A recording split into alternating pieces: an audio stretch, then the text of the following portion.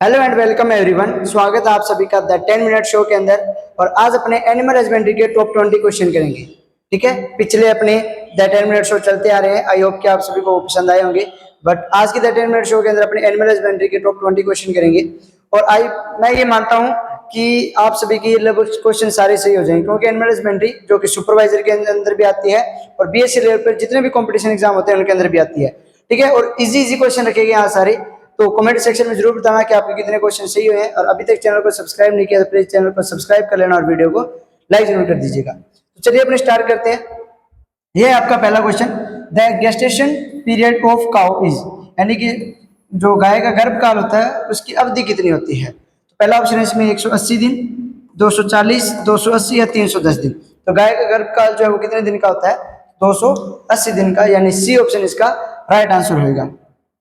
Next question है आपका, world milk day is celebrated on, यानी विश्व दुग्ध दिवस है वो कब मनाया जाता है?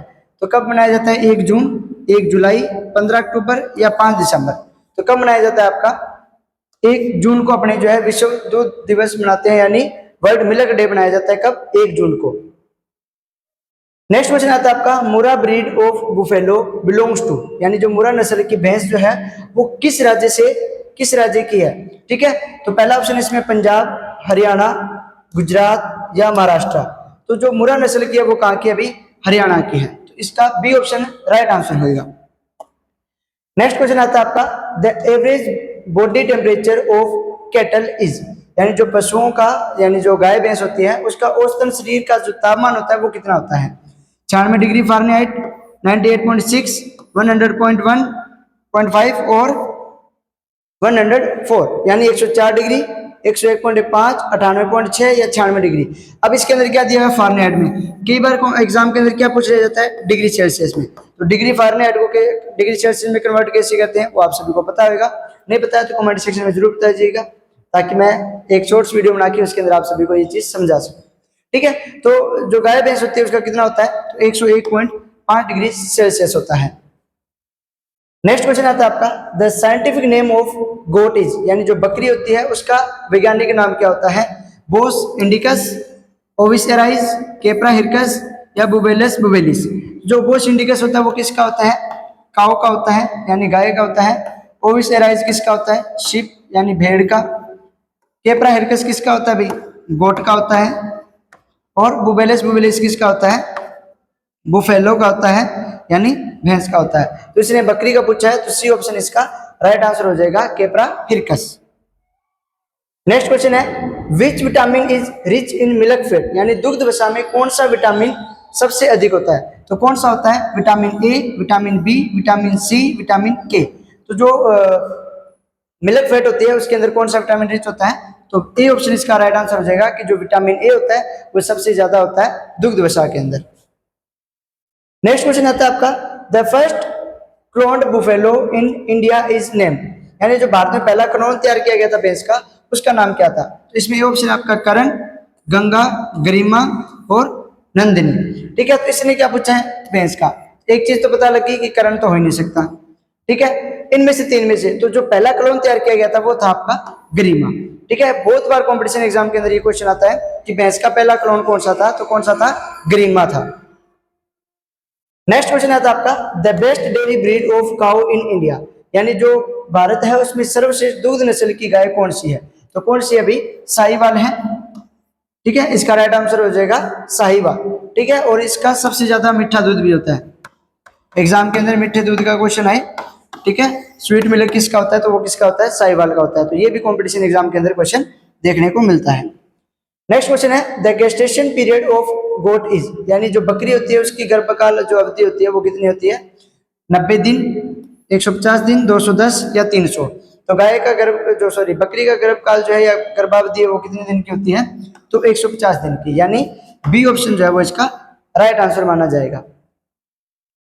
नेक्स्ट क्वेश्चन आता है आपका, पोल्ट्री फार्मिंग डील्स विद, यानी जो पोल्ट्री पालन है वो किससे संबंधित है? तो किससे है? काऊ से? नहीं। बुफेलो? नहीं। शिप भेड़? नहीं। हैन मुर्गी? तो मुर्गियों से रिलेटेड होता है आपका पोल्ट्री फार्मिंग। नेक्स्ट क्वेश्चन आता है, वूल इज ऑब्टेन्ड फ्रॉम, यानी जो ऊन है वो किससे प्राप्त होती है? बकरी से, ऊंट से, भेड़ से, घोड़ा से। तो किससे प्राप्त होती है? शीप यानी भेड़ से। और बकरी की भी एक नस्ल होती है, उससे प्राप्त होती है, वो कौन सी होती है? अभी अंगोरा नस्ल की बकरी जो होती है उससे अपने को क्या है? ऊन प्राप्त होती है। उस ऊन का नाम क्या होता है? अभी मोहेर होता है। बहुत बार एग्जाम के अंदर पूछा जाता है कि मोहेर जो है वो किससे प्राप्त होती है, तो आपको बताना पड़ता है अंगोरा। और कई बार पूछ लेते हैं अंगोरा जो है उससे क्या प्राप्त होता है, तो ऊन प्राप्त होती है। या अंगोरा जो है वो किसकी नस्ल है, तो किसकी? अभी बकरी की। या बकरी की वो कौन सी नस्ल है जिससे अपने को ऊन प्राप्त होती है, तो वो कौन सी? अभी फिर अंगोरा है। तो किसी भी प्रकार से यहाँ से क्वेश्चन आ सकता है, बट इस क्वेश्चन का राइट आंसर तो भेड़ होगा। लेकिन यदि इस बकरी से रिलेटेड क्वेश्चन आएगा ऊन का, तो वो इसमें से आएगा अंगोरा, और उसको क्या बोल देते हैं? मोहेर बोल देते हैं।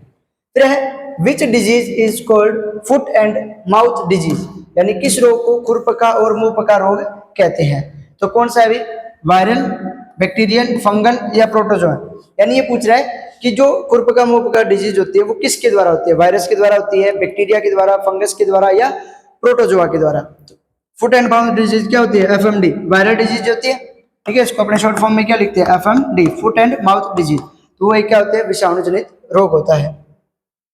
नेक्स्ट क्वेश्चन है the fat percentage in buffalo milk is, यानी जो भैंस का दूध है उसमें वसा प्रतिशत कितना होता है? ये एवरेज पूछ रहा है, किसी स्पेसिफिक ब्रीड का नहीं पूछ रहा, ये एवरेज पूछ रहा है। तो कौन सी नस्ल का होता है अभी? तो याद रख लेना, सॉरी कितना होता है? 7 से 8% होता है। तो सी ऑप्शन इसका राइट आंसर होगा कि जो एवरेज है वो कितनी होती है? 7 to 8% फैट होती है। नेक्स्ट क्वेश्चन है आपका the term calving refers to, जो काविंग शब्द है उसका अर्थ क्या है? Birth of cow, birth of calf, cutting of horn और मिल्किंग। तो ये दोनों तो हो ही नहीं सकती, मिल्किंग और कटिंग तो। ठीक है, कटिंग किसी चीज को काटना, तो इस चीज में काट तो है नहीं। मिल्किंग दूध दोहन हो जाता है। अब इनमें से कंफ्यूजन होती है कि काउ या काफ। अब एग्जाम के अंदर जब क्वेश्चन आता है तो अपने जैसे कोई देखते ही और इस पे टिक करके आ जाते हैं। अभी जैसे मैंने ना, हमारे यहाँ पे फर्स्ट ईयर की क्लासेस चलती हैं, अभी काउंसलिंग नहीं लेकिन उससे पहले पीएनडी कॉलेज के अंदर क्लासेस स्टार्ट होगी, तो उनकी मैंने पहले क्विज ली थी। तो उस क्विज के अंदर मैंने पूछा था क्वेश्चन कि निम्नलिखित में से कौन सा एक जैविक कारक है या सक्रिय कारक है, यानी एक्टिव फैक्टर जो है वो कौन सा है? ठीक है ना, सोइल फॉर्मेशन का। तो कौन से होते हैं? दो ही होते हैं, एक होता है आपका जलवायु और एक होता है आपका जैव मंडल, या जिसको अपने बायोस्फीयर बोल देते हैं।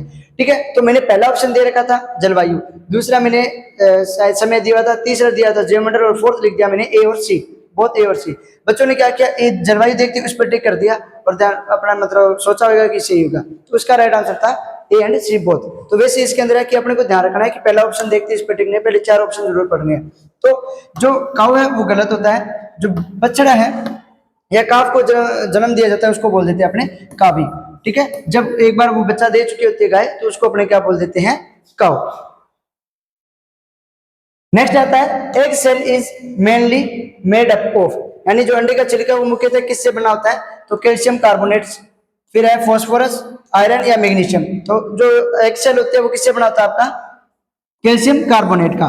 ठीक है, तो ए ऑप्शन इसका राइट आंसर होगा। इस क्वेश्चन में एक चीज और ध्यान रख लेना, काविंग एक होती है आपकी किडिंग टर्म आती है, वो किससे रिलेटेड होती है? अभी गोट से, यानी बकरी जब बच्चे को जन्म देती है उसको किडिंग बोलते हैं।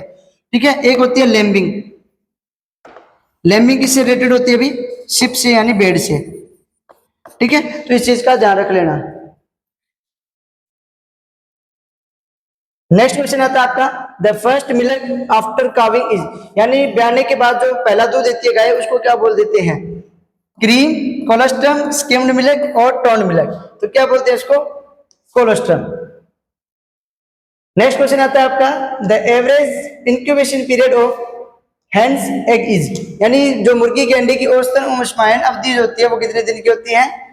14 दिन, 21 दिन, 28 दिन और 35 दिन। जो अभी मैं बता रहा था ना, हमारे फर्स्ट ईयर के स्टूडेंट है जिनको ये भी नहीं पता सक्रिय कारक कौन से है, वो मेरे सामने खड़े हैं। ठीक है ना, वो मेरे को हंसाने की कोशिश कर रहे हैं। ठीक है, तो जो इंक्यूबेशन पीरियड होता है वो एग का वो कितने दिन का होता है? तो 21 दिन का होता है। बी ऑप्शन इसका राइट आंसर होगा। नेक्स्ट क्वेश्चन है the Indian council of agriculture research was stabilised in, भारतीय कृषि अनुसंधान परिषद जो है उसकी स्थापना कब हुई? तो अब ये देखो, मैंने क्या एनिमल हस्बेंड्री करा रहा था, फिर मैं सोचा एक क्वेश्चन अपने एग्रीकल्चर का कॉमन देते हैं। तो कौन सा था? 1929। राइट आंसर इसका होगा ए ऑप्शन। नेक्स्ट क्वेश्चन है the process of removal of testis in male animal is called, यानी नर पशुओं में वृषण जो निकालने की प्रक्रिया उसको क्या बोलते हैं? कास्ट्रेशन, मिल्किंग, क्लिपिंग या ब्रांडिंग। तो क्या बोलते हैं उसको? कास्ट्रेशन बोलते हैं, यानी बंध्याकरण करना। आज का last question, which breed of goat is famous for high milk yield, यानी कौन सी बकरी की नस्ल है वो अधिक दूध उत्पादन के लिए प्रसिद्ध होती है? बर्बरी, सिरोही, बिटल या जमुनापारी? तो कौन सी होती है? जमुनापारी होती है, यानी डी ऑप्शन इसका क्या होगा? राइट आंसर होगा। और जमुनापारी की खासियत क्या होती है? लंबे कान, लंबे कान होते हैं और क्या होते हैं? लटके हुए होते हैं। ठीक है, आई होप कि आपको द 10 मिनट शो पसंद आएगा, जिसके अंदर अपनों ने एनिमल हस्बेंड्री के क्वेश्चन किए। ठीक है, तो अभी तक यदि चैनल को सब्सक्राइब नहीं किया, चैनल को सब्सक्राइब कर लेना और वीडियो को लाइक कर देना। Thank you.